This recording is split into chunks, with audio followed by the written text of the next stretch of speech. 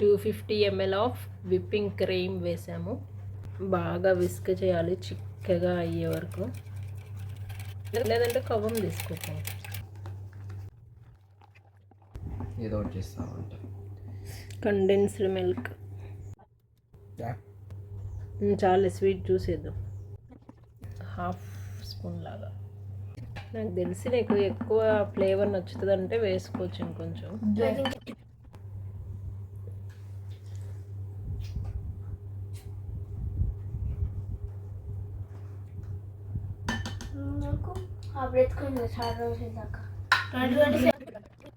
మిక్సీకి వేసేనా సరిగ్గా మిక్స్ అవ్వాలి కదా. ఎంత షేప్ చేసిన క్రీమ్లా రాలేదు, బాగా మిక్స్ అవ్వలేదని మిక్సీకి వేస్తున్నాం.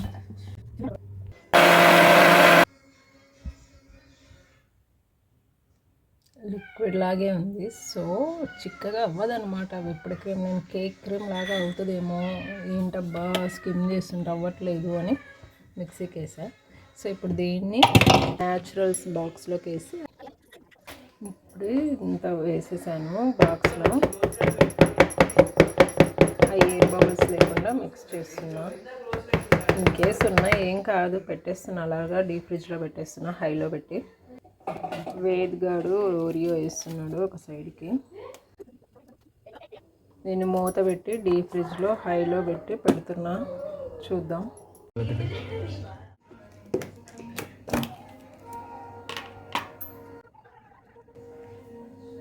ఎంత గట్టిగా అయిందా, మర్చిపోయాను కదా పెట్టి.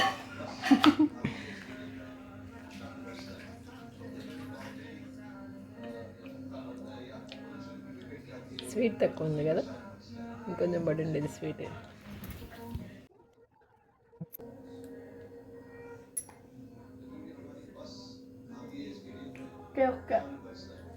బాగుంది కానీ చూపిస్తా నేను. ఓరియో లేకుండా బాగుందా, ఉంటే బాగుందా? బబుల్స్ కూడా అట్లనే ఉన్నాయి. స్పూన్ బెండ్ అవుతుంది, చూపి స్పూన్ చూపివే. ఎంత గట్టిగా ఉంది అంటే పెట్టి మర్చిపోయాం కదా, మీరు ఆడుకునేకి వెళ్ళారు, మనం మర్చిపోయాము ఇంకా.